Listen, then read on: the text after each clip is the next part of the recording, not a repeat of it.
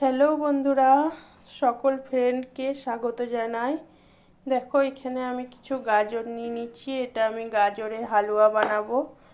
তো আর এখানে কিছু এটা চাচি আমি ঘরে বানিয়ে নিয়েছি দুধ মেরে। কড়াই এখানে বসিয়ে দিয়েছি, তো কড়াইয়ে দিয়ে দিলাম ঘি। এখানে আমি 2 চামচা ঘি দিচ্ছি, ঘিটা আমার ঘরে বানানো গোয়া ঘি। ঘিটা আমার এখানে ভালোভাবে গলে গেছে। এই পর্যায়ে দিয়ে দিলাম গাজরগুলো আমি এই গ্রেটারের সাহায্যে গ্রেট করে নিয়েছি। এটা আমি রিলায়েন্স থেকে নিয়েছি, তোমরা বাজারে পেয়ে যাবে বা রিলায়েন্স মার্কেটেও পেয়ে যেতে পারো, অনলাইনেও পাওয়া যায়। তো আমি এখানে গাজরগুলো ভেজে নিচ্ছি। গাজরগুলো একটু ভালোভাবে ভেজে নিচ্ছি, তাতে কি গাজরের একটা কাঁচা ফ্লেভারটা চলে যায় আর সুন্দর টেস্ট হয়। খুব সহজ পদ্ধতিতেই হয়ে যাবে, বেশি সময়ও লাগে না এটা বানাতে। শীতকালে সবাই গাজরের হালুয়া খেয়ে থাকে কম বেশি। তো আমার এই গাজরগুলো ঘরে ছিল অনেক দিন ধরে, 4-5 দিন ধরে কিছু সেরকম বানাতে পারি নাই সবজিতে। তো ভাবলাম কি গাজরের একটু হালুয়া বানিয়ে নিই। বাচ্চারা গাজরের হালুয়া খেতে ভালোবাসে, তো এটা মিষ্টির পরিবর্তে করে দিতে পারো তোমরাও ঘরে। এটা খুব সহজেই হয়ে যায়। গাজরগুলো দেখো সুন্দর করে ভেজে নিয়েছি, একদম একদম ভাজা ভাজা হয়ে গিয়েছে। গাজরের কালারটা একদম চলে এসছে, দেখো গাজরের কালারটা দেখা যাচ্ছিল না, ওপরে চিমনির এই লাইটটা জ্বলছিল বলে। তো আসল গাজরের কালারটা আমি দেখিয়ে দিলাম এখানে, দেখে বুঝতে পারছো নিশ্চয়ই। এই পর্যায়ে আমি দুধ দিয়ে দিলাম। দুধটা আমি ঘন করে আগে রেখেছিলাম, তো 2 কাপ মতন দুধ দিয়ে দিলাম।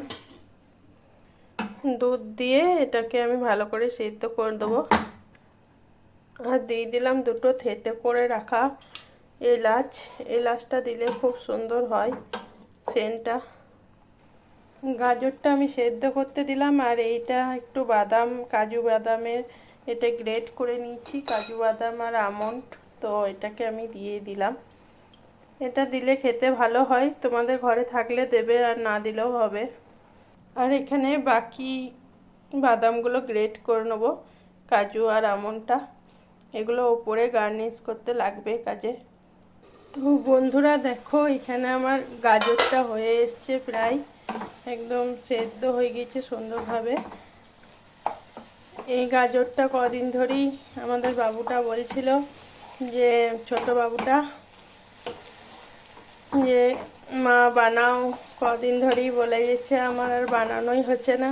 তো তোমাদের সাথে বানিয়ে শেয়ার করে দিলাম, আর ভালো লাগলে তোমরা এরকম ঘরে করে নেবে।